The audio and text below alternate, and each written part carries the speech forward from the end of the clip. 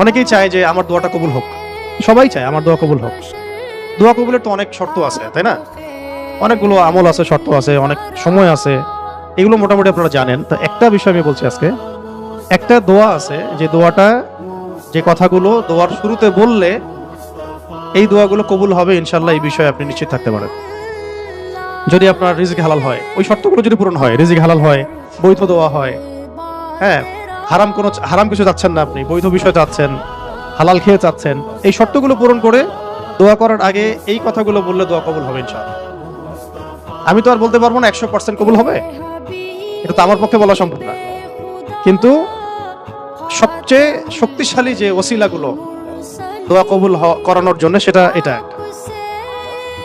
আমাকে যদি বলেন যে আপনার জানা মতো সবচেয়ে বেস্ট ওসিলা কোনটা দোয়া কবুল, আমি বলবো এটাই।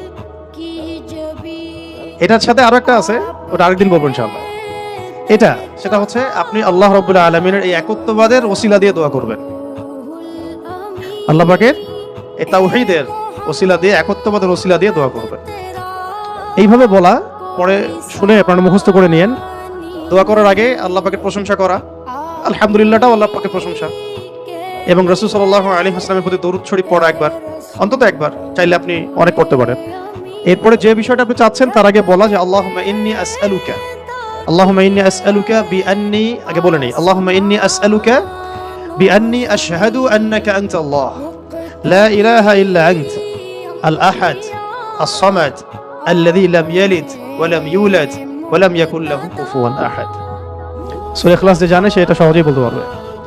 আল্লাহুম্মা ইন্নী আসআলুকা বিআন্নী আশহাদু আন্নাকা আনতাল্লাহ লা ইলাহা ইল্লা আনতাল আহাদ আস সামাদ আল্লাযী লাম ইয়ালিদ ওয়া লাম ইউলাদ ওয়া লাম ইয়াকুল লাহু কুফুয়ান আহাদ। এরপরে আপনি দরুদ শরীফ পড়ে দোয়া করা শুরু করবেন, ইনশাআল্লাহ দোয়া কবুল হয়ে যাবে। এই যে ওজিফা বলে দিলাম, এখন হাদিয়া তোফা বানাই দিয়েন, ঠিক আছে ইনশাআল্লাহ? ওকে, আচ্ছা, এটা পরীক্ষিত আমল, ইনশাআল্লাহ দোয়া কবুল হবে ইনশাআল্লাহ। আরো যদি সুন্দর করতে চান তাহলে আল্লাহুম্মা ইন্নী আসআলুকা বিআন্নী আশহাদু আন্নাকা আনতাল্লাহ, এর সাথে লা ইলাহা ইল্লা আনতাল আহাদ আল ওয়াহিদ আস সামাদ আল্লাযী লাম ইয়ালিদ ওয়া লাম ইউলাদ ওয়া লাম ইয়াত্তাখিয ওয়ালাদান ওয়া লাম ইয়াকুল লাহু শারীকুন ফিল মুলক। আরো বলা যায় ওয়া লাম ইয়াকুল লাহু কুফুয়ান আহাদ। আরেকটা আছে আল্লাহুম্মা ইন্নী আসআলুকা বিআন্নী আশহাদু আন্নাকা আনতাল্লাহ লা ইলাহা ইল্লা আনতাল হান্নান আল মান্নান بديع السماوات والأرض يا ذا الجلال والإكرام يا حي يا قيوم برحمتك أستغيث। এইটা দিয়ে দোয়া করা যেতে পারে শুরুতে, ঠিক আছে? এগুলো আমল করবেন ইনশাআল্লাহ। প্রথমটা তো সহজ, ওইটা বললাম, আল্লাহুম্মা ইন্নী আসআলুকা। একা দোয়া করলে আল্লাহুম্মা ইন্নী আসআলুকা, একসাথে করলে আল্লাহুম্মা ইন্না নাসআলুকা। একা করলে আল্লাহুম্মা ইন্নী আসআলুকা, একসাথে করলে তখন আল্লাহুম্মা ইন্না নাসআলুকা বিআন্নী আশহাদু আন্নাকা আনতাল্লাহ লা ইলাহা ইল্লা আনতাল আহাদ আস সামাদ আল্লাযী লাম ইয়ালিদ ওয়া লাম ইউলাদ ওয়া লাম ইয়াকুল লাহু কুফুয়ান আহাদ। এর অর্থ হচ্ছে, হে আল্লাহ, আমি এই ওসিলায় তোমার কাছে প্রার্থনা করছি, এটা জেনে আমি তোমার কাছে প্রার্থনা করছি, এইটার দাবি দিয়ে আমি তোমার কাছে প্রার্থনা করছি যে তুমি এক, তুমি অমুখাপেক্ষী, তুমি কাউকে জন্ম দাও নাই, কারো কাছ থেকে তুমি জন্ম নেও নাই, তোমার সমতুল্য কিছু নাই। এইটার ওসিলা দিয়ে আল্লাহ আমি তোমার কাছে প্রার্থনা করতেছি। এর চেয়ে বড় ওসিলা হয়? তাওহীদের চেয়ে বড় ওসিলা হয় না। এরপরে আরেকদিন আরেকটা ইনশাআল্লাহ শিখাই দেব। এটা গেল ওই যে বললাম বেলাল রাদিয়াল্লাহু আনহুর অত্যাচারের পরে নাজিল হওয়ার পর আল্লাহ রাব্বুল আলামিন প্রথম জানাই দিলেন যে বলো আল্লাহ রাব্বুল আলামিন এক। এই এক দিয়ে কি হয়েছে, সমস্ত বহুত্ববাদীদের যে ধর্ম বিশ্বাসের যে ভিত্তি, এটাকে ভেঙে দেওয়া হয়েছে, ঠিক আছে? 2 নাম্বার হচ্ছে আল্লাহ পাক বললেন যে আল্লাহুস সামাদ, আল্লাহ অমুখাপেক্ষী শব্দটাকে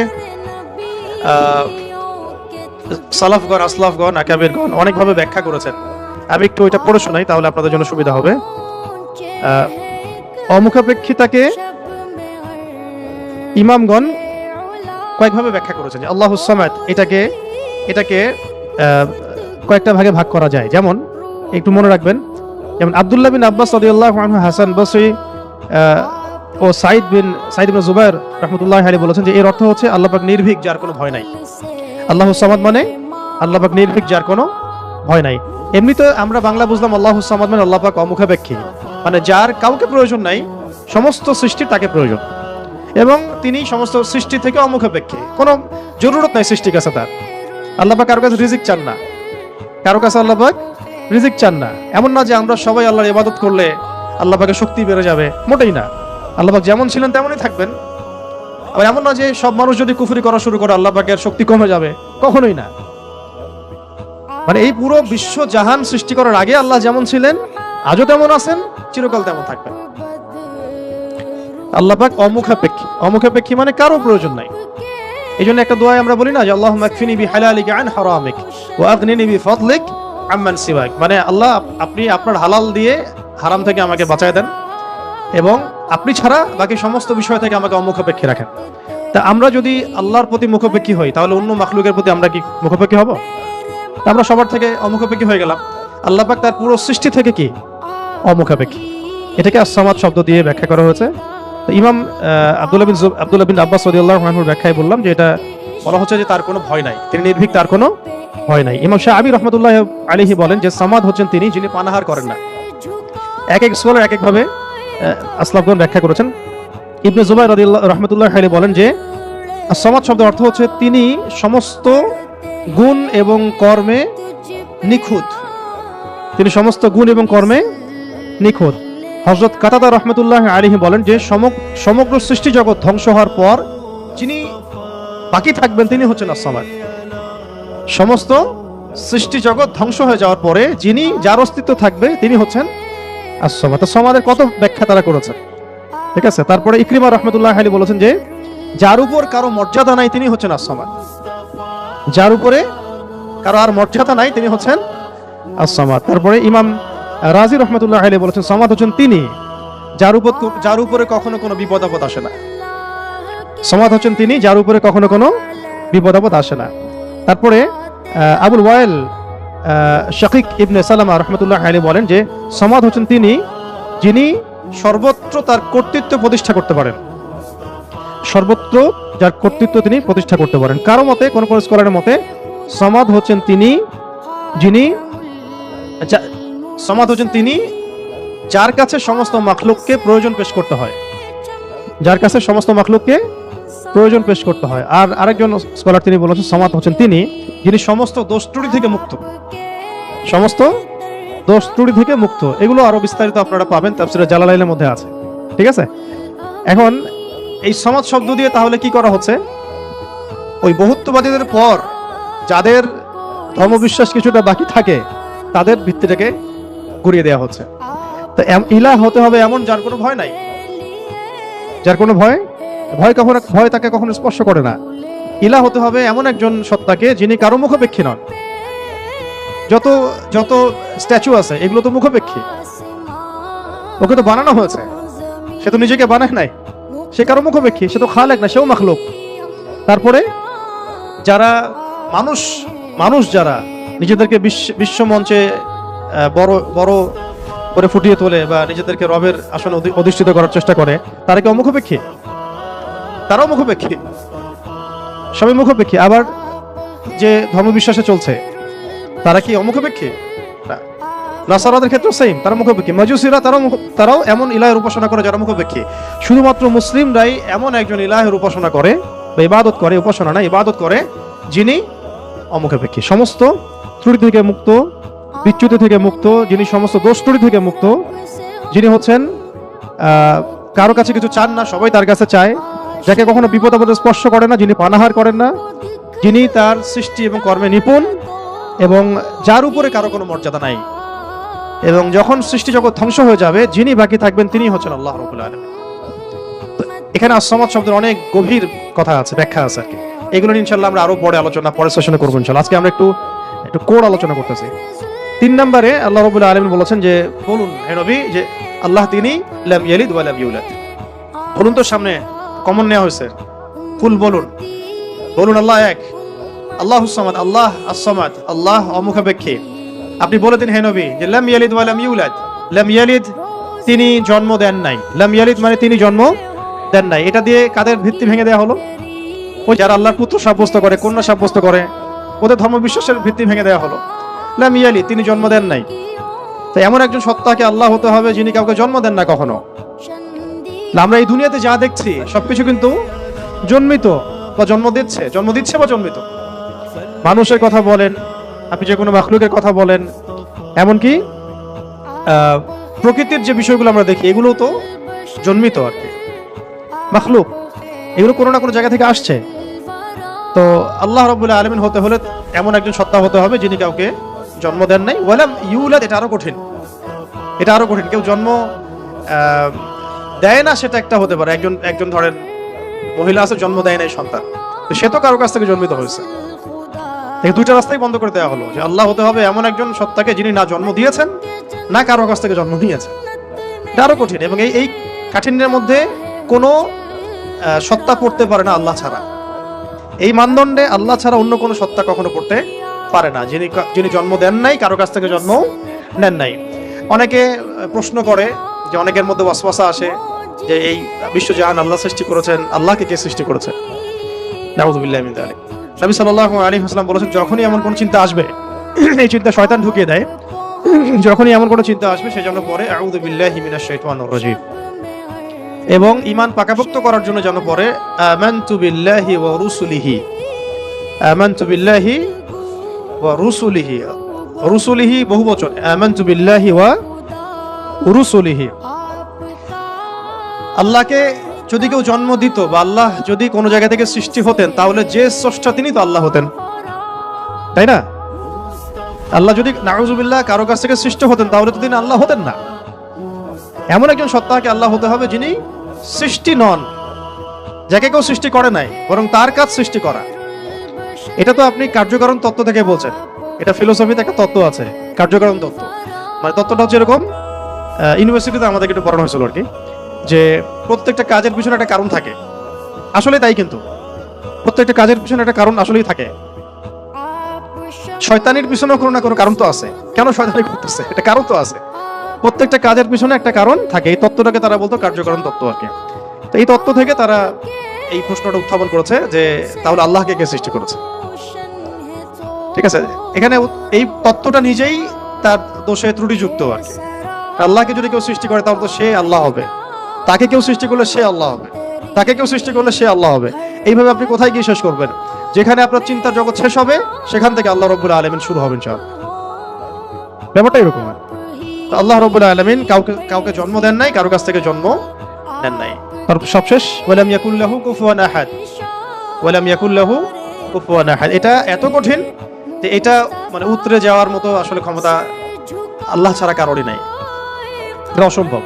ওয়ালাম ইয়াকুল লাহু কুফুয়ান আহাদ, ওয়া মানে এবং, ওয়া মানে এবং, ইয়াকুন মানে হয়, লাহু মানে তার জন্য, কুফুয়ান মানে সমকক্ষ বা সমতুল্য, আহাদুন মানে কেউই। এখানে আহাদুন মানে আসলে কেউই, ওয়া মানে এবং, লাম ইয়াকুন, ওয়ালাম ইয়াকুন এবং হয় না, লাম মানে না, লাম হচ্ছে অতীতকালে নাবাচক বোঝায়, অতীতকালে নাবাচক, এগুলো মনে রাখবেন।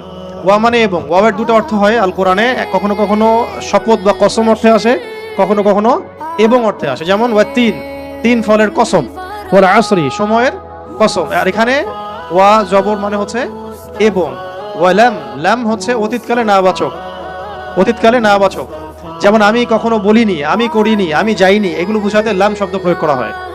ঠিক আছে, ওয়ালাম ইয়াকুন, ইয়াকুন মানে হয়, লাম ইয়াকুন মানে হয় না, ওয়ালাম ইয়াকুন এবং হয় না, এবং হয় না, লাহু মানে তার জন্য, লাহু মানে তার জন্য বলতে এখানে আল্লাহর দিকে নিসবত করা হচ্ছে। ওয়ালাম ইয়াকুন লাহু, তার জন্য হয় না, কি হয় না? কুফুয়ান, মানে কুফু মানে কি? সমতুল্য, সমকক্ষ। অনেকে বলেন না বিয়ের ক্ষেত্রে কুফু দেখতে হয়, সমতুল্য, সমকক্ষ, সামঞ্জস্যতা। আহাদ কেউই, মানে তার সমতুল্য সমকক্ষ কেউ নাই, তার সমতুল্য সমকক্ষ কেউ নাই। এটা হচ্ছে আরো কঠিন, কারণ একজন ধরেন আহাদ উতরে আসলো, সমাদে গিয়ে শেষ হয়ে গেল। কেউ হয়তো বলছে লাম ইয়ালিদ ওয়া লাম ইউলাদ, এটাকে কোনোভাবে ব্যাখ্যা করছে, ধরেন কোনোভাবে উল্টাপাল্টা ব্যাখ্যা করছে, কিন্তু শেষে গিয়ে এসে কিন্তু আর পারবে না। ওয়ালাম ইয়াকুল লাহু কুফুয়ান আহাদ, তার সমতুল্য কিছুই নাই। ধরেন আপনি বললেন যে এই মূর্তিটা নাউযুবিল্লাহ একটা দেবতা, কেউ বললো হয় কোনো মুশরিক, তাহলে এই মূর্তি একটা না, এই মূর্তি আরো অনেক আছে, সামঞ্জস্য আছে। কেউ যদি বলে এই নক্ষত্রটা তার ইলাহ, নাউজুবিল্লাহ। এই নক্ষত্র একটা না, তার সামঞ্জস্য আরো আছে, সিমিলারিটিস আছে আর কি। ঠিক আছে, কেউ বললো যে অমুক নবীর সন্তান আল্লাহর পুত্র, নাউজুবিল্লাহ। এই নবীর সন্তান একজন না, আরো বহু নবী আছে তাদের সন্তান হয়েছে। এইরকমই ওয়ালাম ইয়াকুল্লাহু কুফুয়ান আহাদ হচ্ছে এমন একজন সত্তাকে আল্লাহ হতে হবে যার সাদৃশ্য কিছু নাই। লাইসা কামিথলিহি শাই, তার সমতুল্য, তার মতো কিছু নাই। অনেকে আল্লাহ পাকের এই যে হাত, আল্লাহ পাকের চেহারা, আল্লাহর হাসি, আল্লাহর ক্রোধ, এগুলোকে ব্যাখ্যা করতে গিয়ে আকীদার ক্ষেত্রে এমন এমন কিছু ব্যাখ্যা করেছে যেখানে আল্লাহ পাককে মাখলুকের সাথে সাদৃশ্য করে দেওয়া হয়েছে। এবং তারা আবার বলছে এটাই নাকি আহলুস সুন্নাহ ওয়াল জামাআর আকীদা। এটা একটা বাজে বিষয়, এটা একটা বাজে কথা। আল্লাহ রাব্বুল আলামিনের জাত এবং সিফত সম্পর্কে আমরা ইনশাআল্লাহ আরেকদিন বিস্তারিত কথা বলবো। ঠিক আছে, এতটুকু বলছি এখন যে আল্লাহ আল্লাহই, তার মতো কোনো কিছুই নাই। যেখানে আল্লাহ পাক বলেছেন তার চেহারা, এটা চেহারার অর্থ ইশারা কি সেটা আল্লাহ পাক জানেন। ওটা আমি যদি এখন মনে করতে যাই যে এটা এরকম চেহারা, চোখ নাক মুখ কানওয়ালা, তো এটা শিরক হয়ে যাবে। তো আর কি, আল্লাহ পাক কোনো মাখলুকের সাদৃশ্য না। ওয়ালাম ইয়াকুল্লাহু কুফুয়ান আহাদ, লাইসা কামিথলিহি শাই, তার মতো কিছু নাই। ঠিক আছে, তো আল্লাহকে কোনোভাবেই এরকম কোনো ব্যাখ্যার মধ্যে আনা যাবে না। যেমন অনেকে বলেন না যে আল্লাহ পাক কোথায় আছে। তো এখন আপনি প্রশ্ন করলেন যে আল্লাহ রাব্বুল আলামিন কোথায় আছে, তো কেউ বলছে আরশের উপরে আছে। আরশের, তো আল্লাহ পাকের ক্ষেত্রে এমন দিক সাব্যস্ত করা যাবে না, উপরে নিচে ডানে বামে, এভাবে না। এটা ইস্তাওয়ার অর্থ কি, সেটা আল্লাহ পাক যেভাবে বলেছেন ওইটুকু চুপ থাকা আর কি, ব্যাখ্যা করতে না যাওয়া। এমনকি আল্লাহ পাক আর রহমান আর রহিম, এটাকে এইভাবে ব্যাখ্যা করা যাবে না যে কেমন রহমান, আমাদের মতো রহমান, আমাদের মতো দয়াময় কি? আল্লাহর দয়া আল্লাহর মতো, আল্লাহ পাকের দয়া আল্লাহর মতো, আল্লাহর ক্রোধ আল্লাহর মতো, আল্লাহর মানে কারো প্রতি সন্তুষ্ট হওয়া তার মতো, তার নিজের জাত এবং সিফতের মতো, আমাদের কোনো মাখলুকের মতো না। আবার আল্লাহ পাকের দিকে কোনো দিকও সাব্যস্ত করা যাবে না যে আল্লাহ উপরের দিকে, নিচের দিকে, ডানের দিকে, বামের দিকে। এইগুলো মানে খুব সূক্ষ্ম বিষয় আকীদার, এবং এই আকীদার এই বিষয়গুলো সমাজের মধ্যে অনলাইনের মাধ্যমে এত ফিতনা সৃষ্টি হয়ে গেছে যেগুলো আসলে অনেক সময় জেনারেল ভাইরা এর মধ্যে ডুবে যাচ্ছে আর কি। তো আল্লাহ পাকের ব্যাপারটাকে খুব সেন্সিটিভলি বুঝতে হবে এবং সূক্ষ্মতার সাথে বড় বড় উলামায়ে কেরামদের কিতাবগুলো পড়ে তাদের কাছ থেকে ব্যাখ্যা জেনে নেবেন। এবং যেটা বুঝবেন না পড়তে গিয়ে, যদি আপনি আকীদার বইগুলো আসলেই পড়তে পারেন, তাহলে যেটা বুঝবেন না সেটা অবশ্যই বড় আলেমকে জিজ্ঞাসা করতে হবে। হ্যাঁ, আরশের কথা দিয়ে অনেকে বলেছেন উপরে। এই সমাসীন শব্দটা মানে হচ্ছে আসীন হওয়া। এই যে আমি বসে আছি এখন চেয়ারের উপরে, আমি চেয়ারের উপরে সমাসীন হয়ে আছি আমি এখন। তো এটা কি সমাসীন শব্দটা ঠিক হবে তাহলে? আল্লাহ পাক কি বসে আছেন? নাউজুবিল্লাহি মিন যালিক। কোন হালতে আছেন আপনি জানেন? আমরা জানি। আল্লাহর হালতে আছে। আল্লাহ পাক যেভাবে থাকা দরকার তার শান মর্যাদা অনুযায়ী আল্লাহ পাক আছে। তো এই ব্যাপারগুলো খুব সূক্ষ্ম, কিন্তু এই জন্য আমি বলছি এটার আরেকটা দার্স লাগবে পরের ক্লাসে ইনশাআল্লাহ। ওই দিন আমরা তাওহীদের পুরো বিষয়গুলো, খুঁটিনাটিগুলো জানবো ইনশাআল্লাহ। পাশাপাশি শিরকের বিষয়গুলো লিস্ট করা হচ্ছে, যতগুলো কাজ শিরক এগুলো আপনাদেরকে বলে দেবো ইনশাআল্লাহ। মানে এখন যেগুলো দেখা যায়, এছাড়াও আরো অনেক শিরক আছে যেটা সামনে আসবে আর কি। হ্যাঁ, আসতে পারে, কারণ যেভাবে যুগ বদলায় সেভাবে শিরকের ভেরিয়েন্টও বদলাচ্ছে। যেভাবে যুগ বদলাচ্ছে না, শিরকের ভেরিয়েন্টও বদলাচ্ছে। কিন্তু উসুলগুলো জানা থাকলে আমরা ভুল করবো না ইনশাআল্লাহ। ঠিক আছে, তো আমরা এখানে সূরা ইখলাসের মূল কয়টা অর্থ জানলাম, সরল অনুবাদ। আর অর্থ ধরলে পারবেন তো এখন থেকে ইনশাআল্লাহ। কুল শব্দের অর্থ বলুন। কাকে বলতে বলা হচ্ছে? রাসূল সাল্লাল্লাহু আলাইহি ওয়াসাল্লামকে। কেন বলতে বলা হচ্ছে? কারণ কাফেররা জিজ্ঞাসা করেছে আল্লাহ কেমন, তোমার আল্লাহ কেমন, প্রকৃতি জিজ্ঞাসা করছে, আল্লাহ পাক সম্পর্কে জানতে চেয়েছে। আল্লাহ পাকের ডেফিনেশন কোন সূরা আছে? ইখলাস। এই সূরাকে বলা হয় তাওহীদের সূরা, একনিষ্ঠতা। ঠিক আছে, খালেস তাওহীদ। এবং কোরআনের যে 3টা ভাগের কথা বললাম, 3 ভাগের 1 ভাগই হচ্ছে তাওহীদ। এই কারণে এই সূরাকে আল কোরআনের 3 ভাগের 1 ভাগ বলা। এখন বুঝতে পারছেন? হাদিসে আসছে না যে এই সূরা ইখলাস হচ্ছে কোরআনের 1/3 সমান। 1/3 কেন? কারণ কোরআনের 3 ভাগের 1 ভাগ হচ্ছে তাওহীদ। এটা এভাবে আসে না কিন্তু যে 3 বার পড়লে 1 খতম হবে, এভাবে কিন্তু হাদিসে আসে নাই। এটা ব্যাখ্যা, উলামায়ে কেরামদের আসলাফদের অনেকের ব্যাখ্যা যে 3 বার পড়লে হয়তো 1 খতমের নেকি হয়ে যাবে। ইনশাআল্লাহ হতেও পারে, আল্লাহ পাক দিতেই পারেন। আল্লাহ পাক দিলে আমার সমস্যা কি?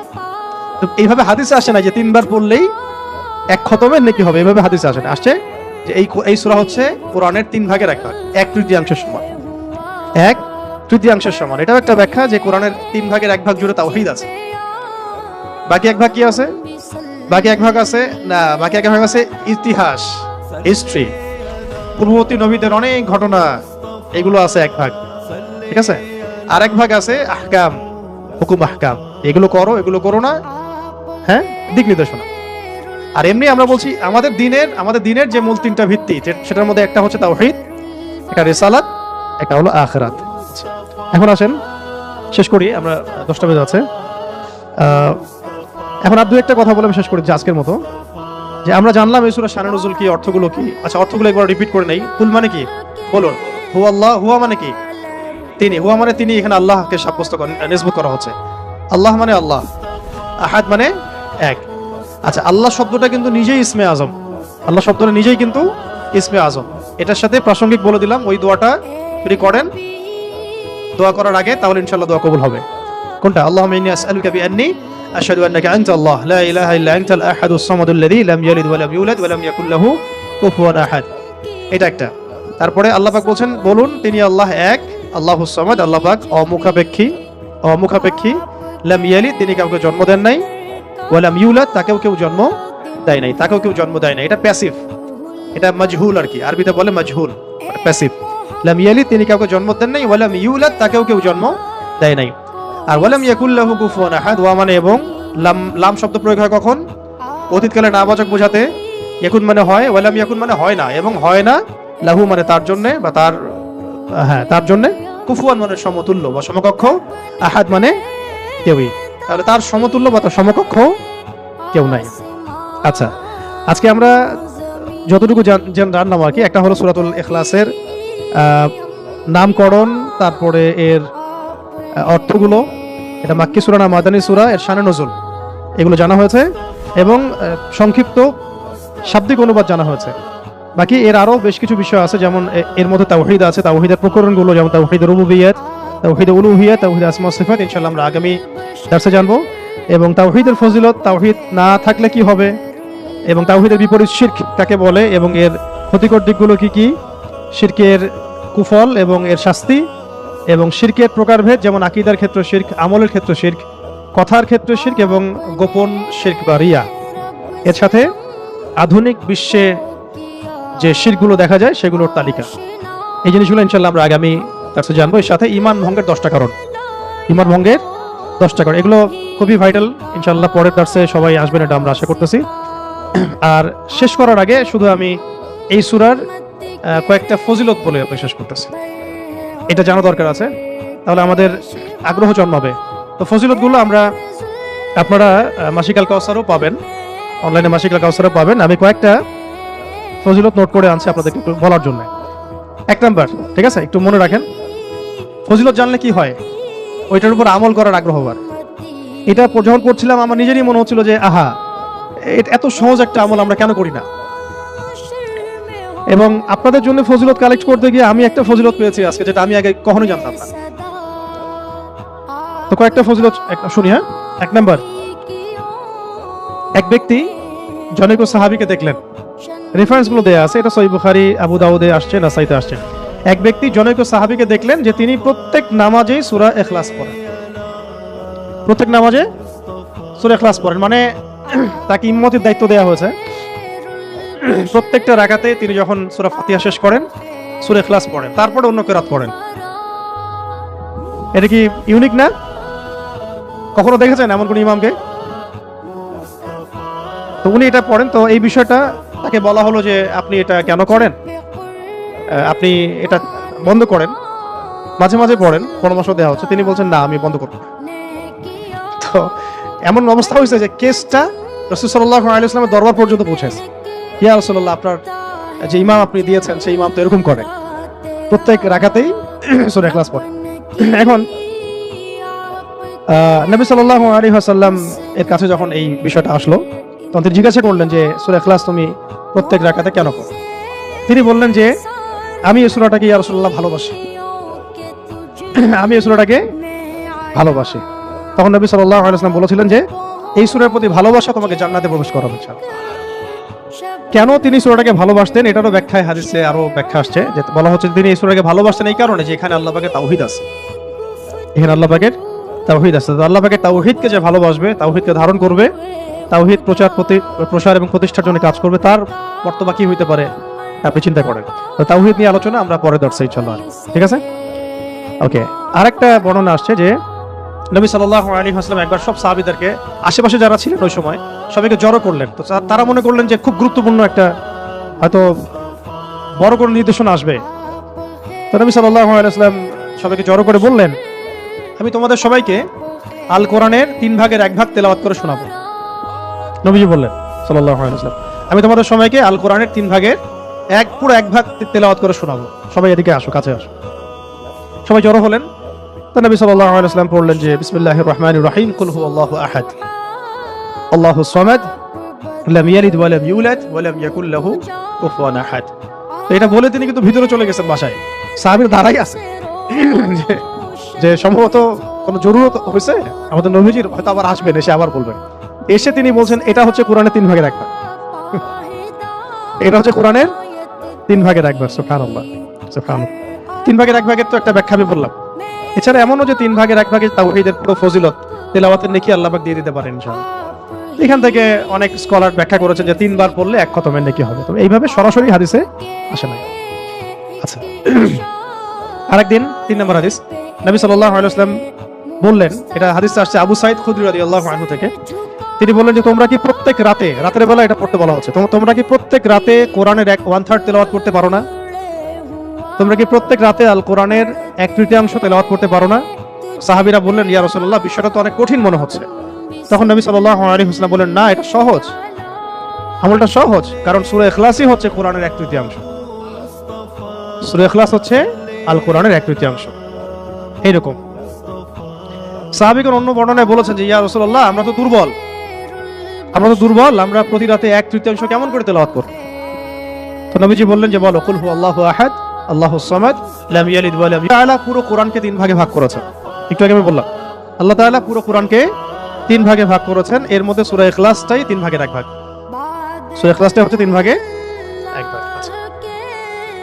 তো এরকম বেশ কিছু বর্ণনা আছে মানে সিমিলার, কি ওটা আমি রিপিট করছি না।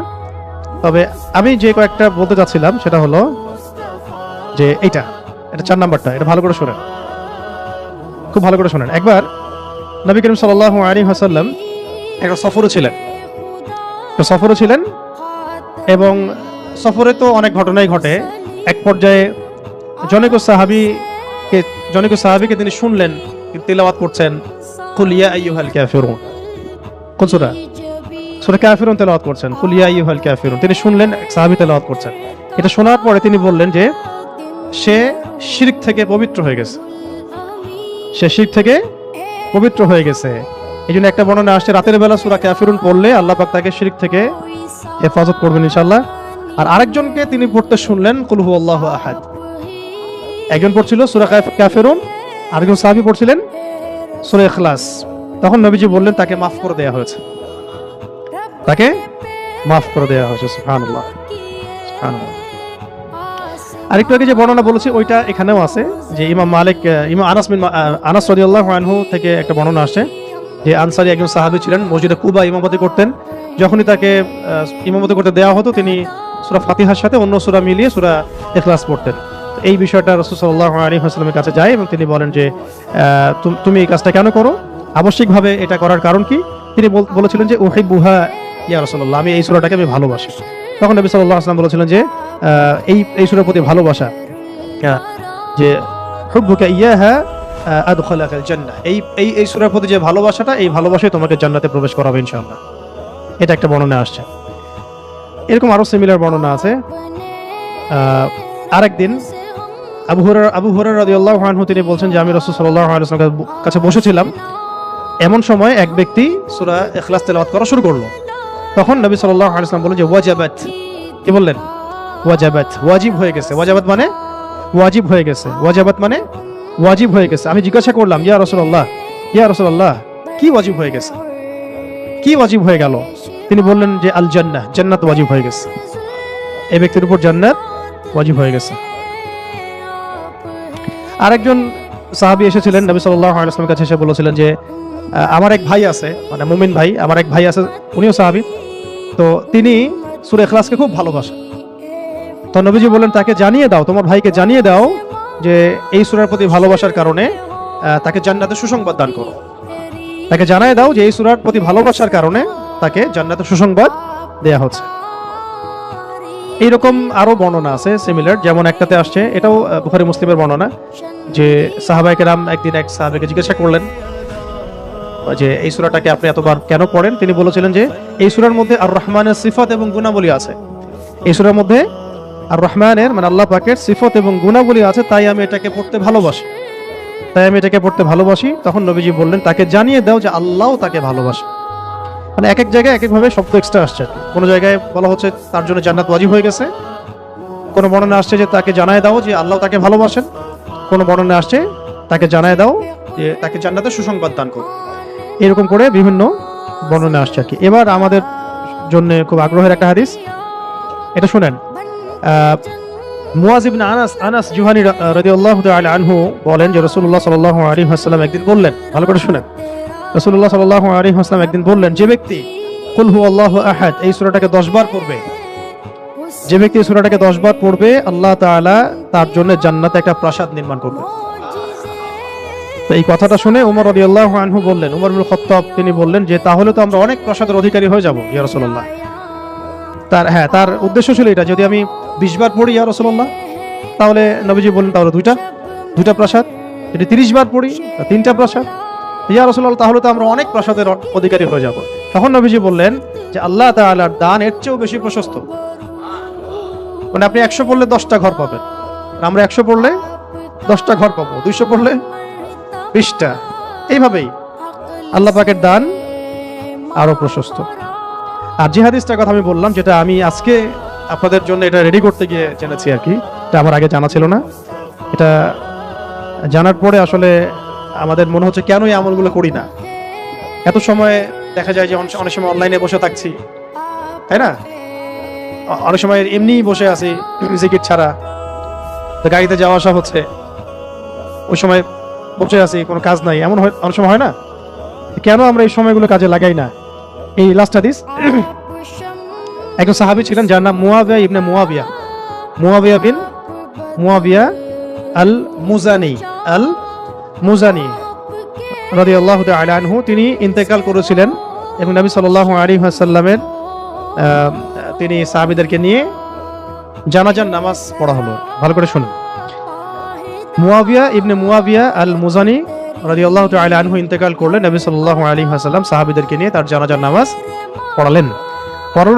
পড়ানোর পরে নবী সাল্লাল্লাহু আলাইহি ওয়াসাল্লামের কাছে জিবরাইল আলাইহিস সালাম আগমন করলেন এবং তাকে জানিয়ে দেওয়া হলো ওয়াহির মাধ্যমে যে এই সাহাবীর জানাজায় আমি জিবরাইল আলাইহিস সালাম বলছেন 70,000 ফেরেশতা সহ আমি উপস্থিত হয়েছিলাম। 70,000 ফেরেশতা সহ এই জানাজার সালাতে আমি উপস্থিত হয়েছি।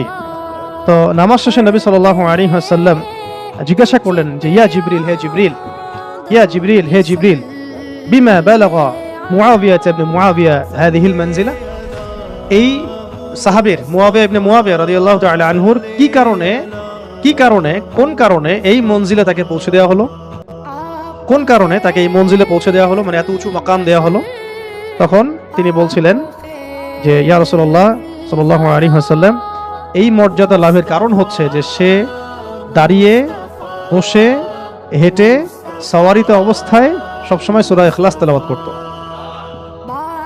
এই মর্যাদার কারণ হচ্ছে সে দাঁড়িয়ে, বসে, হেঁটে হেঁটে, সওয়ারিতে, মানে সার্বক্ষণিক তার আমলে ছিল, খুসুসি আমল ছিল সূরা ইখলাসের বেশি বেশি তেলাওয়াত।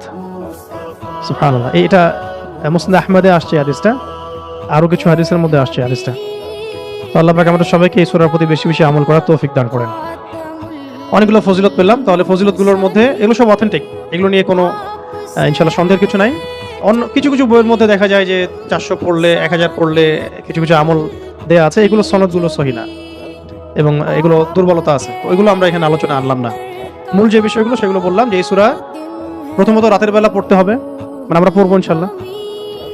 তারপরে সূরা ফালাক নাস ইখলাস, এটা তো সকাল সন্ধ্যায়, আবার ঘুমানোর সময়ও, ঠিক আছে? এটা গেল 3টা আমল। আরেকটা হলো অন্তত পক্ষে 10 বার দিনে, 10 বার তো পড়াই যায়, নিজের উপর এটা কিন্তু আমল হিসাবে নিয়ে নেওয়া যায়। আমি 10 বার পড়বো সারাদিনে, হ্যাঁ, একটা অট্টালিকা 10 বার পড়লে একটা প্রাসাদ, জান্নাতে একটা প্রাসাদ, 20 বার পড়লে 2টা, 30 বার পড়লে 3টা, যত বেশি পড়বে তত বেশি। সবচেয়ে বড় কথা, এই সূরার মধ্যে আল্লাহ পাকের তাওহীদ আছে, এবং এই তাওহীদকে যে ভালোবাসবে আল্লাহ তাকে ভালোবাসবেন। এই সূরাকে যে মহব্বত করবে আল্লাহ তাকে মহব্বত করবেন। এই সূরাকে যে ব্যক্তি তাওহীদের কারণে মহব্বত করে, আল্লাহ পাকের জাত এবং সিফাতের কারণে মহব্বত করে, আল্লাহ পাক তাকে জান্নাতে প্রবেশ করাবেন। তো এখানে সবচেয়ে মূল কথাটা হচ্ছে আল্লাহ পাকের তাওহীদ। এই তাওহীদ কি, তাওহীদ কত প্রকার, তাওহীদের প্রকারভেদগুলো কি কি, তাওহীদের বিপরীত কি, শিরক কত প্রকার, ঠিক আছে, কি কেন, এর ক্লাসিফিকেশনগুলো, এগুলো ইনশাআল্লাহ আমরা আগামী দার্সে জানবো ইনশাআল্লাহ। ঠিক আছে, আজকে এই পর্যন্ত থাক। আগামী দার্সে সবাইকে আসার আমন্ত্রণ জানাচ্ছি। আল্লাহ পাক আমাদের সবাইকে সূরাতুল ইখলাস বিশুদ্ধ করে তিলাওয়াতের, এর মর্ম বোঝার এবং এর উপর নিয়মিত আমল করার তৌফিক দান করেন। এবং সূরা ইখলাসের মধ্যে যে তাওহীদ আছে, এই তাওহীদটা নিজের জীবনে, আকীদায়, আমলে, নিজের আখলাকের মধ্যে প্রতিষ্ঠা করা, এবং এই তাওহীদের ব্যাপক প্রচার প্রসার প্রতিষ্ঠায় নিজেদেরকে আত্মনিয়োগ করার তৌফিক আল্লাহ পাক আমাদেরকে দান করেন। ওয়া আখিরু দাওয়ানা আনিল হামদুলিল্লাহি রাব্বিল আলামিন। আমরা সবাই দোয়া পড়ব। সুবহানাকা আল্লাহুম্মা ওয়া বিহামদিক আশহাদু আল্লা ইলাহা ইল্লা আনতা আস্তাগফিরুকা ওয়া আতুবু ইলাইক।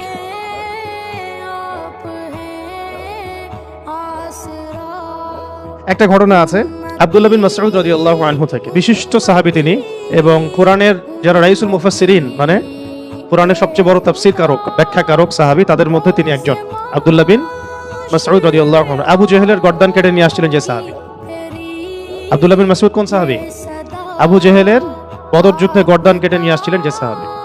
আবু জেহেলকে তো প্রথমে একেবারে শেষ করে ফেলছিলেন দুজন আনসারী সাহাবী, তরুণ আনসারী সাহাবী, মুআজ রাদিয়াল্লাহু আনহুমা।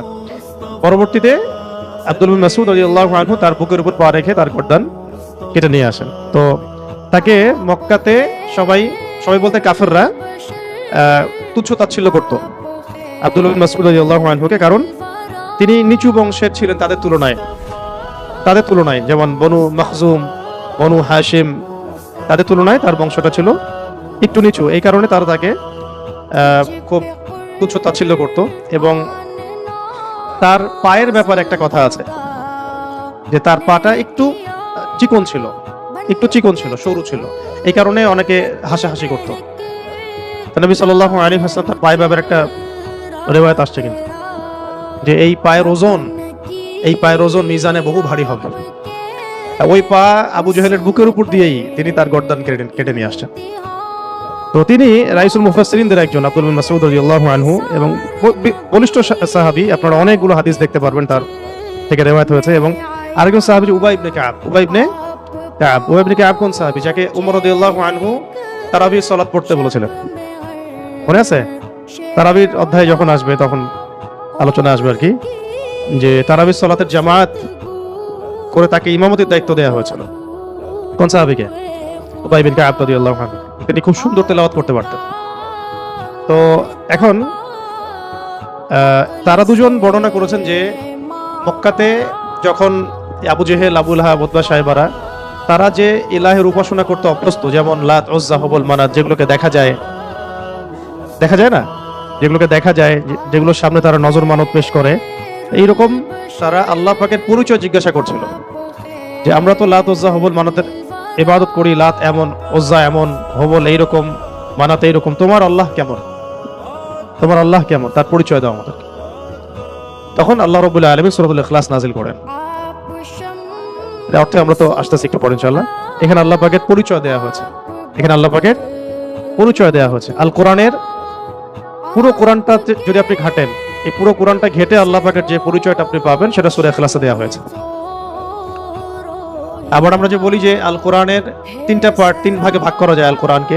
এক ভাগ হচ্ছে তাওহীদ, এক ভাগে কি? তাওহীদ। ওই এক ভাগ তাওহীদের পুরোটাই আপনি সূরা ইখলাসের মধ্যে পাবেন। এটাকে 2 ভাগে ভাগ করা হয়েছে লেকচারটাকে, এই কারণে যে আমরা পরের অংশে তাওহীদ এবং শিরকের পুরো আলোচনা বিস্তারিত আনবো ইনশাআল্লাহ। আচ্ছা, এরপরে আসেন, এই দুজন সাহাবী রিওয়ায়াত করেছেন যে এটা মাক্কি সূরা। মক্কায় আবু জেহেল, আবু লাহাবরা এইভাবে যখন তর্ক করছিল, আল্লাহ রাব্বুল আলামিন এইভাবে সূরা ইখলাস নাযিল করেন। আরেকজন সাহাবী আব্দুল্লাহ ইবনে আব্বাস রাদিয়াল্লাহু আনহু, আব্দুল্লাহ ইবনে আব্বাস রাদিয়াল্লাহু আনহু, উনিও বিখ্যাত সাহাবী, রাসূল সাল্লাল্লাহু আলাইহি ওয়াসাল্লামের চাচাতো ভাই আব্বাস রাদিয়াল্লাহু আনহুর ছেলে। তো আব্দুল্লাহ ইবনে আব্বাস রাদিয়াল্লাহু আনহুকেও কিন্তু রাইসুল মুফাসসিরিন ধরা হয়। তিনি ছিলেন অনেক বড় একজন মুফাসসিরিন সাহাবীদের মধ্যে। তার ব্যাপারে রাসূল সাল্লাল্লাহু আলাইহি ওয়াসাল্লাম খাস করে দোয়া করেছিলেন। ঘটনাটা এমন ছিল যে একদিন নবী সাল্লাল্লাহু আলাইহি ওয়াসাল্লাম ওযু করছিলেন রাতের বেলা তাহাজ্জুদের সালাতের জন্য। ওযু করার আগে মানুষ তো একটু ওয়াশরুমে যায়। তিনি ওয়াশরুম থেকে বের হয়ে এসে দেখেছেন কেউ তার জন্য পানি রেখে দিয়েছে, কেউ তার জন্য ওযুর পানি রেখে দিয়েছে। তখন তিনি জিজ্ঞাসা করেছিলেন যে কে আমার জন্য পানি রেখেছে। তখন আব্দুল্লাহ বিন আব্বাস রাদিয়াল্লাহু আনহু বলেছেন, আমি রেখেছি। নবী সাল্লাল্লাহু আলাইহি ওয়াসাল্লাম তখন তাকে খুশি হয়ে কাছে ডেকে বুকের সাথে জড়ায় ধরেন এবং তার বুকে হাত রেখে দোয়া করে দেন যে আল্লাহুম্মা ফাক্কিহহু ফিদ-দীন ওয়া আল্লিমহু তা'ওয়িল। দোয়াটা হচ্ছে আল্লাহুম্মা ফাক্কিহহু ফিদ-দীন ওয়া আল্লিমহু তা'ওয়িল। আল্লাহ তাকে দ্বীনের গভীর বুঝ দান করুন এবং তাকে কোরআনের ব্যাখ্যার তৌফিক দান করেন। তা'ওয়িল মানে ব্যাখ্যা করা, ইন্টারপ্রিটেশন, আমরা যেটা ইংরেজিতে বলি কি ইন্টারপ্রিটেশন। তো এটা হলো রাসূল সাল্লাল্লাহু আলাইহি ওয়াসাল্লামের খাস দোয়া। এই দোয়ার বদৌলতে তিনি রাইসুল মুফাসসিরিন হয়ে গেছেন। যদি আপনারা কখনো হজ-উমরা করতে যান, সেখানে তায়েফ সফর থাকে, অনেকে যায় তায়েফে আব্দুল্লাহ বিন আব্বাস রাদিয়াল্লাহু আনহুর মসজিদ আছে যেখানে তিনি দার্স দিতেন। সেখানে তার বাসা আছে এখনো, ওখানে তার কবর ওখানে আছে। ওখানে গেলে এটা জিয়ারা করতে পারবেন ইনশাআল্লাহ। মদিনায় একবার এসে রাসূল সাল্লাল্লাহু আলাইহি ওয়াসাল্লামকে জিজ্ঞাসা করেছেন। তাদের ভাষণ এরকম ছিল যে আল্লাহ পাক তো ফেরেশতাদেরকে আলো দিয়ে সৃষ্টি করেছেন, নূর দিয়ে। ইবলিসকে মানে জিন জাতিকে আল্লাহ সৃষ্টি করেছেন আগুন দিয়ে। আল্লাহ পাক আসমানকে সৃষ্টি করেছেন ধোঁয়া দিয়ে, ধূম্র দিয়ে। আর জমিন সৃষ্টি করেছেন হচ্ছে পানির ফেনা দিয়ে। এটা বলছিল কে? বলছিল। জানলো কিভাবে? তারা তো আহলে কিতাব, তাদের ওই কিতাবে তো অনেক মানে ওহী এসেছে এই পর্যন্ত, এবং সবচেয়ে বেশি নবী আসছে তো বনু ইসরাইলের মধ্যেই। তো তারাই প্রশ্ন করছে রাসূল সাল্লাল্লাহু আলাইহি ওয়াসাল্লামকে যে আল্লাহ পাক এইটা দিয়ে এটা সৃষ্টি করেছেন, এইটা দিয়ে এটা সৃষ্টি করেছেন, তো আপনি যে আল্লাহর কথা বলছেন তাকে কি দিয়ে সৃষ্টি করা হয়েছে? নাউযুবিল্লাহ। তাকে কি ইয়াকুত পাথর দিয়ে সৃষ্টি করা হয়েছে নাকি সোনা দিয়ে না রূপা দিয়ে? এইভাবে তারা একটা প্রশ্ন করছিল। তখন রাসূল সাল্লাল্লাহু আলাইহি ওয়াসাল্লাম চুপ ছিলেন। এই সময় ওহী আসছে যে বলুন কুল হুয়াল্লাহু আহাদ আল্লাহুস সামাদ লাম ইয়ালিদ ওয়া লাম ইউলাদ ওয়া লাম ইয়াকুল লাহু কুফুয়ান আহাদ। তো এটাও বর্ণনা আসছে যে মদিনাতেও এটা নাজিল হয়েছে। আবার একবার একটা বর্ণনা আসছে, এটাও আনাস রাদিয়াল্লাহু আনহু থেকে। আনাস রাদিয়াল্লাহু আনহুকে চেনা আছে? রাসূলুল্লাহ সাল্লাল্লাহু আলাইহি ওয়াসাল্লামের খাদেম ছিলেন। প্রায় 8 থেকে 10 বছর তিনি খেদমত করেছেন এবং তিনি নবীকে খুব কাছ থেকে পেয়েছেন। আনাস রাদিয়াল্লাহু আনহুর জন্যও তিনি দোয়া করেছিলেন। কিন্তু আনাস রাদিয়াল্লাহু আনহুর মা ছিল খুব বুদ্ধিমতী মহিলা। যখন তিনি মানে আমাদের নবীজি যখন মদিনায় হিজরত করে এসেছেন, তখন আনাস রাদিয়াল্লাহু আনহুর মা দ্রুত তার ছেলেকে নিয়ে গিয়েছেন, হে আল্লাহর নবী আমার ছেলের জন্য দোয়া করে দেন। খাস করে এই যে মায়েদের ভূমিকা, আল্লাহওয়ালা মানুষদের কাছ থেকে দোয়া নিতে হয়। আল্লাহওয়ালা মানুষের কাছ থেকে কি নিতে হয়? দোয়া নিতে হয়। দোয়া দিয়ে অনেক কিছু হয়, বরং দোয়া দিয়েই অনেক কিছু হয়। পরে যে তৌফিকটা, মানে ধরেন কেউ আপনার জন্য দোয়া করে দিয়েছে, কোনো বুজুর্গ ব্যক্তি, আল্লাহর ওলি, হয়তো ওই দোয়ার বরকতেই আপনি ওই তৌফিক পাবেন, সেই এনার্জি পাবেন, সেই লাইব্রেরি পাবেন, সেই সোহবত পাবেন, সেই বই পাবেন, সেই ফুরসত পাবেন, যাতে করে আপনি বড় আলেম হতে পারেন। সবকিছু এর সাথে রিলেটেড হবে আর কি। আনাস রাদিয়াল্লাহু আনহু মা এইভাবে জিজ্ঞাসা করলেন, ইয়া রাসূলুল্লাহ আমার ছেলের জন্য দোয়া করে দেন। তো তার জন্য নবী সাল্লাল্লাহু আলাইহি ওয়াসাল্লাম দোয়া করেছিলেন, আল্লাহুম্মা বারিক লাহু ফিমা আতাইতাহু। এরকম ছিল হয়তো বা দোয়াটা। আরেকটা বর্ণনা পাওয়া যায়, আল্লাহুম্মা বারিক ফি হায়াতিহি ওয়া ফি রিজকিহি ফি মানিহি ওয়া আমালিহি আও কামা ক্বালা আলাইহিস সালাম। অর্থ হচ্ছে যে হে আল্লাহ আপনি তার মধ্যে বরকত দান করেন। আল্লাহ আপনি তার মধ্যে বরকত দান করেন, তার রিজিকে, আহলে, পরিবারে, জানে মালে আপনি বরকত দান করেন। কয়েকটা জায়গায় কয়েক রকম আসছে আর কি। তো আমরা বলি না বারাকাল্লাহু ফিক, এরকম। তো এই বরকতে আনাস রাদিয়াল্লাহু আনহুর এমন অবস্থা হয়েছিল যে মদিনায় কারো বাগানে খেজুর না ধরলেও তার বাগানে খেজুর ধরতেন। এবং তিনি বলতেন যে তিনি সবচেয়ে শেষে ইন্তেকালকারী সাহাবীদের একজন, লম্বা নেক হায়াত পেয়েছেন। 100 বছরের ঊর্ধ্বে তিনি বেঁচেছেন আনাস রাদিয়াল্লাহু আনহু, এবং ইসলামের এই প্রথম স্বর্ণযুগ তিনি পেয়েছেন। প্রথম স্বর্ণযুগ মানে আবু বকর সিদ্দিকের জামানা। রাসূলুল্লাহর জামানা তো পেয়েছেনই, আবু বকর সিদ্দিকের জামানা, উমর ইবনে খাত্তাবের জামানা, ওসমান রাদিয়াল্লাহু আনহুর জামানা, আলী ইবনে আবি তালেবের জামানা, এই জামানাগুলো তিনি পেয়েছেন। কত সৌভাগ্যের বিষয়। তো এখানে একটা বর্ণনা আছে, ওইটাও বলে দিই আপনাদেরকে। এখানে প্রাসঙ্গিক একটা হাদিসও আছে। নবী সাল্লাল্লাহু আলাইহি ওয়াসাল্লাম একটা জায়গায় সাহাবীরা প্রশ্ন করছিলেন যে ইয়া রাসূলুল্লাহ, সবচেয়ে সৌভাগ্যবান ব্যক্তি কারা, বা সবচেয়ে সৌভাগ্যবান ব্যক্তি কাদেরকে ধরা হতে পারে। অনেক জায়গায় অনেক বর্ণনা আসছে, তবে একটা বর্ণনা আমি বলছি এখানে, যে এক জায়গায় নবী সাল্লাল্লাহু আলাইহি ওয়াসাল্লাম ইশারা দিয়েছেন, ইরশাদ করেছেন যে সবচেয়ে সৌভাগ্যবান তারা যাদের জন্য নেক হায়াতকে লম্বা করা হয়েছে, নেক আমলকে বৃদ্ধি করা হয়েছে। চমৎকার উত্তরটা, যাদের জন্য নেক হায়াতকে লম্বা করা হয়েছে, নেক আমলকে বৃদ্ধি করা হয়েছে। হাদিসে আসছে এভাবে, লিমান তালা উমরুহু ওয়া হাসুনা আমালুহু, লিমান তালা উমরুহু ওয়া হাসুনা আমালুহু। তো এটা থেকে চাইলে আপনারা বা আমরা দোয়াও করতে পারি, মানে আরবি জানলে এগুলো থেকে তো আপনি দোয়া বের করে ফেলতে পারবেন। এই হাদিসটা পড়ে আপনি দোয়া করলেন, হে আল্লাহ আমাকে তাদের অন্তর্ভুক্ত করেন যাদের নেক হায়াতকে লম্বা করা হয়েছে, নেক আমলকে বৃদ্ধি করা হয়েছে। তো এটাকে এখন আরবি দিয়ে আপনি বললেই দোয়া হয়ে গেল। তো বাংলায়ও বলতে পারেন যদি আরবি না জানেন। তো আরবিটা হবে এরকম, আল্লাহুম্মা ইজআলনি মিনহুম, আল্লাহুম্মা ইজআলনি মিনহুম লিমান তালা উমরুহু ওয়া হাসুনা আমালুহু। ঠিক আছে, এটা আরবি শিখাই দিলাম। আল্লাহুম্মা ইজআলনি মিনহুম লিমান তালা উমরুহু ওয়া হাসুনা আমালুহু। এই দোয়াটাও আপনারা প্র্যাকটিস করতে পারেন, চাইলে আমল করতে পারেন। তো আনাস রাদিয়াল্লাহু আনহু বলেন, খায়বারের প্রশ্ন করেছিল, আবার নাজরান থেকে কিছু নাসারা আসছিল, নাজরান থেকে কিছু নাসারা আসে। নাজরান একটা জায়গা ছিল, খুব বিখ্যাত একটা জায়গা, কিন্তু এই নাজরানের সম্পর্কে সূরা আলী ইমরানেও আয়াত আছে, মুবাহালার আয়াতগুলো পড়বেন। তো এখানে তারা এসে জানতে চাইছে যে আল্লাহ রাব্বুল আলামিন কিসের তৈরি, নাউযু বিল্লাহি মিন যালিক।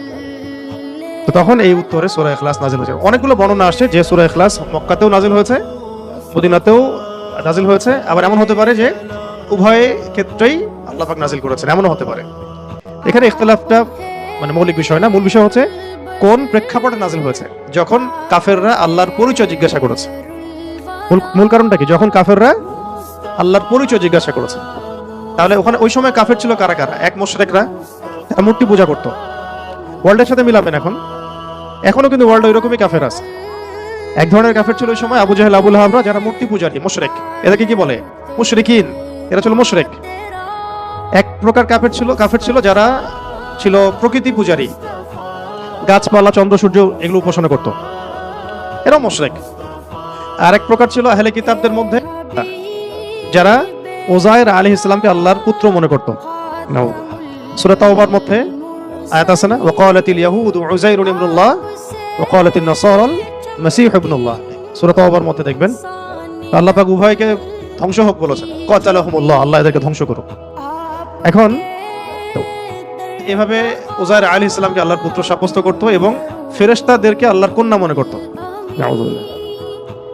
ঠিক আছে, আবার ঈসা আলাইহিস সালামকে আল্লাহর পুত্র মনে করত। আরেক প্রকার কাফের ছিল আরবের মধ্যে, এদেরকে বলতো মাজুস। কি বলতো? মাজুস মানে হচ্ছে অগ্নি পূজারী। মাজুস মানে অগ্নি পূজারী। তাহলে কয়েক শ্রেণীর কাফের পেলেন। এক তো পুরো মুশরিক, মূর্তি পূজারী। এই ওয়ার্ল্ডে আছে, আমাদের রাষ্ট্রেও আছে, প্রতিবেশীতেও আছে। ঠিক আছে না? 2 নম্বর হচ্ছে প্রকৃতি পূজারী। প্রকৃতি পূজারীও কিন্তু আমাদের সমাজে আছে। এক প্রকার ছিল কাফের, ওই সময় নাস্তিকও ছিল। এই দলিলটা সূরা মুমিনুনের মধ্যে আছে। এক প্রকার নাস্তিক ওই সময় ছিল। আমরা তো মনে করি যে নাস্তিকতাটা আসছে মনে হয় এই মডার্ন যুগেই, আসলে এমন না বিষয়টা। এক প্রকার কাফের ছিল ওই সময়ও, যারা বলতো যে ইন হিয়া ইল্লা হায়াতুনা দুনিয়া নামুতু ওয়া নাহইয়া ওয়া মা নাহনু বিমাবউসিন। সূরা মুমিনুন পড়তে গেলে এটা পাবেন।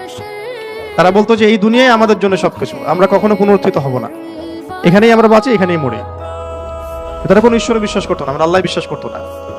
এটা নাস্তিকতা তো এখন ওয়ার্ল্ডে আছে। কাফের যারা বিশ্বাস করতো উযাইর আলাইহিস সালাম আল্লাহ পাকের পুত্র, নাউযুবিল্লাহ। ফেরেশতাদেরকে তারা আল্লাহর কন্যা মনে করতো, নাউযুবিল্লাহ। এই কনসেপ্টগুলো তৎকালীন সময় ছিল, এখনো এই ওয়ার্ল্ডে তারা এইভাবেই আছে। এই জন্য এদেরকে বলা হয় মাগদুব এবং দাল্লিন। এই জন্য সূরা ফাতিহা আমরা পড়ি যে গায়রিল মাগদুবি আলাইহিম ওয়া দাল্লিন।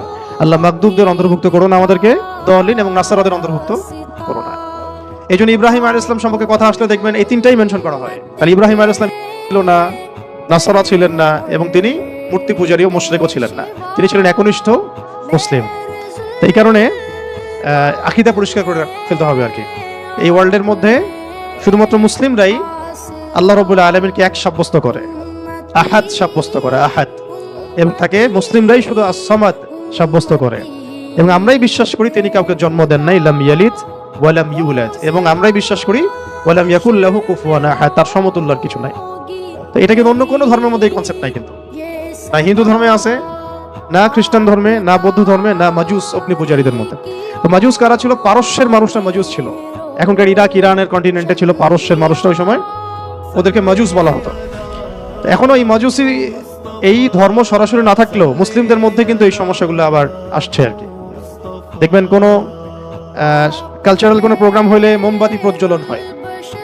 সেদিনও দেখলাম অনলাইনে আমরা মোমবাতি প্রজ্বলন করে গান গাওয়া হচ্ছে। মোমবাতি প্রজ্বলন করে গান গাওয়া, আগুনকে সম্মান করে, এগুলো মাজুসদের কাজ। মাজুসি ধর্ম, এদের সাথে আমাদের যুদ্ধ হয়েছে, ভয়াবহ যুদ্ধ হয়েছে তাদের সাথে। কাদেসিয়ার যুদ্ধ হয়েছে মাজুসিদের সাথে। কাদেসিয়ার যুদ্ধের হিস্ট্রি পড়লে দেখবেন 8,500 মুসলিম শহীদ হয়েছে ওই যুদ্ধে। কত হাজার? 8,500 মুসলিম শহীদ হয়েছে। কাদেসিয়া যুদ্ধের পরে এই যে হীরা নগরী, ইরাকের পুরো ইরাক ইরান কন্টিনেন্টটা আমাদের মানে দখলে চলে আসছে। এরপর থেকে এই জায়গায় আর মাজুসিরা ঢুকতে পারে না, কিন্তু এখন নতুন করে ফিতনা তো আছেই, ওইটা অন্য আলোচনা। তো এখন আমরা বুঝতে পারলাম যে এই সূরাটা নাজিল হয়েছে কোন প্রেক্ষাপটে, যখন কাফেররা আল্লাহ পাকের পরিচয় জিজ্ঞাসা করছে। কারণ যারা শিরকে লিপ্ত, কুফরিতে লিপ্ত, তারা দেখছে যে আল্লাহ তাদের আল্লাহ সামনে, তাদের দেবতা সামনে, তারা দেখতে পারে। কেউ মনে করে যে আল্লাহ মানে ঈশ্বর মনে হয় এমনই যার পুত্র আছে না আউযুবিল্লাহ, কন্যা আছে না আউযুবিল্লাহ, যিনি মনে হয় কোনো কিছু সৃষ্টি, যার কোনো মাধ্যম আছে ইত্যাদি। ওরা এইভাবে এই আইডিওলজিতেই তারা বিশ্বাসী ছিল। তো তারা এখন নবী সাল্লাল্লাহু আলাইহি ওয়াসাল্লামকে প্রশ্ন করছে যে তোমার আল্লাহ কেমন?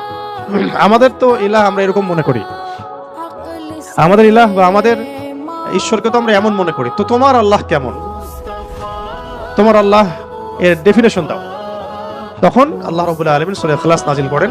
ইখলাস মানে একনিষ্ঠ খালেস তাওহীদ। খালেস তাওহীদ, এখানে এই সূরার মধ্যে তাওহীদ আছে। খালেস তাওহীদ, যেটা তাওহীদ হচ্ছে আমাদের দ্বীনের মূল ভিত্তি। তাওহীদ নাই, দ্বীনের কোনো কিছুই বাকি নাই। তাওহীদ যার মধ্যে নাই, দ্বীনের কিছুই বাকি নাই। তো তাওহীদ, রিসালাত, আখিরাত, আমাদের দ্বীনের তিনটে স্তম্ভ কি? তাওহীদ, রিসালাত এবং আখিরাত। তো তাওহীদের মূল বুনিয়াদ এই সূরার মধ্যে আল্লাহ পাক নাজিল করে দিয়েছেন। আল্লাহ পাক তখন বললেন বিসমিল্লাহির রহমানির রহিম, কুল, হে নবী আপনি বলে দিন। মুআউযিযাতাইনের সাথে সূরা ফালাক নাসের সাথে ইখলাসও আমল করতে হয় সকাল সন্ধ্যায় এবং রাতে। কিন্তু তাফসীরে আমরা এটা আলাদা করে আলোচনা করছি, কারণ প্রসঙ্গটা আলাদা, নাজিলের প্রেক্ষাপটটা আলাদা। আল্লাহ পাক বলছেন কুল, আপনি বলুন হে নবী, হুয়াল্লাহু আহাদ, হুয়া মানে তিনি, হুয়া মানে তিনি, আল্লাহ মানে আল্লাহ, আহাদ মানে এক। কুল মানে বলুন, হুয়া মানে তিনি, আল্লাহ মানে আল্লাহ, আহাদ মানে এক। কি অ্যানসারটা দিলেন? বলেন, আপনি বলেন হে নবী, আল্লাহ এক। তোমরা যে এতগুলা দেবদেবীর উপাসনা করো, এটা আল্লাহ না। তোমরা যে এরপরে আসতেছে এই আল্লাহ এক বলে সমস্ত বহুত্ববাদীদের ভিত্তি ভেঙে দেওয়া হলো, তাই না? যত বহুত্ববাদী আছে সব ভিত্তি এক শব্দে শেষ করে দেওয়া হলো। বলুন আল্লাহ যিনি হবেন তাকে এক হতে হবে। আর এই সূরা নাজিলের আগে মক্কায় একটা ঘটনা ঘটেছিল। সেটা হচ্ছে বেলাল রাদিয়াল্লাহু আনহুকে প্রচন্ড নির্যাতন করা হচ্ছিল, বিকজ তিনি ইসলাম কবুল করেছিলেন। হ্যাঁ, বেলাল হাবশী রাদিয়াল্লাহু আনহু, যার পায়ের আওয়াজ নবী সাল্লাল্লাহু আলাইহি ওয়াসাল্লাম শুনতেন জান্নাতে গেলে। তা আমরা এটা বলছিলাম আজকে এক জায়গায় আলোচনায় যে নেতা এমন হতে হবে যিনি তার কর্মীদের বা তার অনুসারীদের পায়ের আওয়াজ পর্যন্ত চিনে। আর আমরা এখন অনলাইনে ফ্যান ফলোয়ার্সদেরকে মনে করি যে তারা আমার সাথে একটা রেভলিউশনে গেলে আমার সাথে থাকবে। ফ্যান ফলোয়ার্স দিয়ে রেভলিউশন হয় না, বিপ্লব হয় না। নিবেদিত প্রাণ একনিষ্ঠ মানুষ লাগবে পাশে, আশেপাশে, যাদেরকে আমি চিনি, যাদেরকে আমি দেখেছি, যাদের পায়ের আওয়াজও আমি চিনি। নবী সাল্লাল্লাহু আলাইহি ওয়াসাল্লাম যাদেরকে নিয়ে সমাজ বিপ্লব করেছেন তারা দারুল আরকামে গড়ে উঠেছেন। প্রতিদিন দেখা হতো, সাক্ষাৎ হতো, 5 ওয়াক্ত নামাজে দেখা হতো, তাই না? একে অপরকে জানতেন, বুঝতেন, চিনতেন। আর আমরা এখন ভার্চুয়াল একটা মানে জগৎকে আমাদের অনেক কিছু মনে করি। এখানে একটা বিষয় মাথায় দিয়ে দিই আপনাদেরকে, যদি সমাজ বিপ্লবের ফিকির থাকে তাহলে আমাদেরকে কাছাকাছি আসতে হবে। কাছাকাছি আসতে হবে মানে কাছাকাছি জামাবদ্ধ থাকতে হবে, একে অপরের সাথে কমিউনিকেশন থাকতে হবে, দেখা সাক্ষাৎ থাকতে হবে, ওঠা বসা থাকবে, চলাফেরা থাকবে। এইরকম আমাদের সাপোর্ট করতে পারে অনেক মানুষ, বিদেশ থেকেও অনেকে সাপোর্ট করতে পারে, দেশে ভালো কিছু হচ্ছে। হতে পারে না?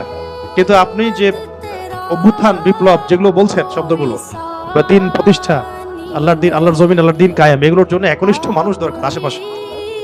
একটা পুরো মানে একটা চেইন অফ কমান্ড দরকার এক কথা। এটা ছাড়া ভার্চুয়ালি হয় না এগুলা। যাই হোক, ওটা ভিন্ন প্রসঙ্গ। আমরা এখন এটা বলছিলাম যে বেলাল রাদিয়াল্লাহু আনহুর পায়ের আওয়াজও নবীজি চিনতেন। তিনি কিন্তু যখন তাকে দেখানো হচ্ছে তখন কিন্তু তিনি তাকে দেখেন নাই যে বেলাল রাদিয়াল্লাহু আনহু সামনে হাঁটতেছেন, তার পায়ের খসখস আওয়াজ শুনছেন। ওর কোনো বর্ণনা আসছে খরম যে পড়তাম না আমরা আগে, খটখট খট করে শব্দ হতো, এই আওয়াজ তিনি পাচ্ছিলেন। তো এই আওয়াজ যে বেলাল রাদিয়াল্লাহু আনহুর, তিনি কিভাবে বুঝলেন? তার মানে দুনিয়াতে যখন বেলাল রাদিয়াল্লাহু আনহু তার আশেপাশে চলছেন, তার আওয়াজ তো তিনি শুনতে পাচ্ছেন, দেখছেন, এবং আল্লাহ পাক তাকে জানিয়ে দিচ্ছেন এটা বেলাল রাদিয়াল্লাহু আনহুর মর্তবা মাকাম। তো এটাকে একদিন বলেছিলাম না, তিনি ওযু করতেন, ওযু করে 2 রাকাত নামাজ পড়তেন। যখন ওযু ভেঙে যাইতো তখন নতুন করে ওযু করতেন এবং 2 রাকাত তাহিয়াতুল ওযুর নামাজ পড়তেন। এই জন্য বেলাল রাদিয়াল্লাহু আনহুকে এইরকম জান্নাতে মাকাম দেওয়া হয়েছে। এটা একটা খাস আমল আর কি। শুধু এই জন্যই না, তার তো তাওহীদ, রিসালাত, আখিরাত, দ্বীন ইসলামের বিষয়গুলো, দাওয়াত, জিহাদ সব তো আছেই। এটা খাস খুসুসি আমল। আমরা বলি না সবার কিছু খুসুসি আমল থাকে, এটা একটা খুসুসি আমল ছিল বেলাল রাদিয়াল্লাহু আনহু। তো বেলাল রাদিয়াল্লাহু আনহুকে উমাইয়া বিন খালাফ, কি নাম? উমাইয়া বিন খালাফ মারাত্মক অত্যাচার করেছিল। মারাত্মক মানে এটা তো আসলে বললে বোঝানো যাবে না। মানে একটা মানুষকে মারতে মারতে রাস্তা দিয়ে নিয়ে যাওয়া, গলার মধ্যে রশি টেনে ছেঁচড়ানো, পাথর দিয়ে চাপা দেয়া, বালুর মধ্যে শুয়ে রাখা। যারা আরবে গিয়েছেন বা যাওয়া আসা করেন তারা ওখানকার গরম সম্পর্কে জানেন, কিছুটা ধারণা আছে। ওই রকম গরমের মধ্যে মরুভূমিতে একজন মানুষকে শুয়ে রাখা আর উপরে পাথর চাপা দেয়া কত কঠিন বিষয়। বেলাল রাদিয়াল্লাহু আনহুকে বলা হচ্ছিল যে তুমি ধর্ম ত্যাগ করতে হবে না, খালি বলো যে লাতের কসম, উজ্জার কসম, খালি এতটুকু বলো। তোমার আল্লাহকে গালিও দেওয়া লাগবে না, তুমি খালি বলো লাতের কসম, উজ্জার কসম। আর তিনি বারবার বলছিলেন আহাদুন আহাদ, আহাদুন আহাদ। যত মারা হচ্ছে তত বলছেন আল্লাহ এক, আল্লাহ এক, আহাদুন আহাদ। এরপরে সূরা নাজিল হয়ে গেল কাফেরদের প্রশ্নের প্রেক্ষাপটে, বলো আল্লাহ এক, কুল হুয়াল্লাহু আহাদ। এটার সাথে বেলাল রাদিয়াল্লাহু আনহুর একটা এই আহাদ শব্দটা আল্লাহ পাকের কাছে এতই কবুল হয়ে গেছে, আল্লাহ পাক নিজের পরিচয় দিচ্ছেন প্রথম, বলো আল্লাহ এক। এই এক শব্দ দিয়ে, আহাদ শব্দ দিয়ে সমস্ত মুশরিকদের, যত দ্বৈতবাদী আছে, বহুত্ববাদী আছে, তাদের সবার ভিত্তিটা ভেঙে দেওয়া হয়েছে। একজন সত্তা আল্লাহ হতে পারবে না যদি সে এক না হয়। এখন আপনি হিসাব করে দেখেন যে হিন্দুত্ববাদী যারা বাংলাদেশে, তাদের দেবতাকে একজন, অসংখ্য দেবতা। তারপর যারা বহুত্ববাদী, তাদেরকে দেবতা একজন। যারা নক্ষত্রের পূজা করে, নক্ষত্র কি একটা? সূর্য কি আসলে একটা? এরকম অসংখ্য সূর্য আছে আমাদের সৌরজগতে, আমরা একটা দেখতেছি। এই গ্যালাক্সিতে কত সূর্য আছে? বহু সূর্য আছে। এমন অনেক গ্রহ আছে যে গ্রহগুলোর মধ্যে একাধিক চাঁদ আছে। চাঁদ কি একটা? গাছ কি একটা? নদী কি একটা? পাহাড় পর্বত কি একটা? যার উপাসনা আমি করব তিনি এক হইতে হবে। এমন একজন যার কোনো মানে দ্বিতীয় কোনো সত্তা জাত নাই, অদ্বিতীয়। খেয়াল করে দেখবেন এখানে ওয়াহেদ শব্দ আনা হয় নাই। ওয়াহেদ মানে কিন্তু এক, ঠিক আছে? ওয়াহেদের আবার এরপরে আপনি ইসনান, সালাসা আর এগুলোতে যেতে পারবেন, 2, 3, 4 যেতে পারবেন, কিন্তু আহাদ আলাদাভাবে আনা হয়েছে, এর ওয়াহেদ শব্দটা আনা হয় নাই। এখানে অনেক ব্যাপার আছে। তো এখানে মূল কথা হচ্ছে, প্রথম কথা যে যিনি আল্লাহ হবেন তাকে এক হতে হবে। বা এমন কোন সত্তা আল্লাহ হওয়ার বা ইলাহ হওয়ার দাবি করতে পারবে না যার বহুবচন আছে, যার ডুপ্লিকেট আছে, যার দ্বিতীয় ভেরিয়েন্ট আছে, ভার্সন আছে, তিনি কখনো আল্লাহ হতে পারবেন না। এখানে সমস্ত মুশরিকদের আল্লাহু আহাদ, হে নবী বলেন আপনি যে তিনি আল্লাহ এক, বলে দিন যে তিনি আল্লাহ এক। আল্লাহু আকবার। তারপরে আচ্ছা, এখানে একটা প্রাসঙ্গিক কথা আছে, পরে ভুলে যাবো, বলে দিই। মাঝে মাঝে এমন হয় যে কিছু কথা লিখে নিয়ে আসি না, কিন্তু নোট করে আসি না, কিন্তু মনের মধ্যে আসে, চলে আসে, পরে বলবো করে ভুলে যাই। এখানে একটা আমল আছে, আপনাদেরকে শিখাই দিই।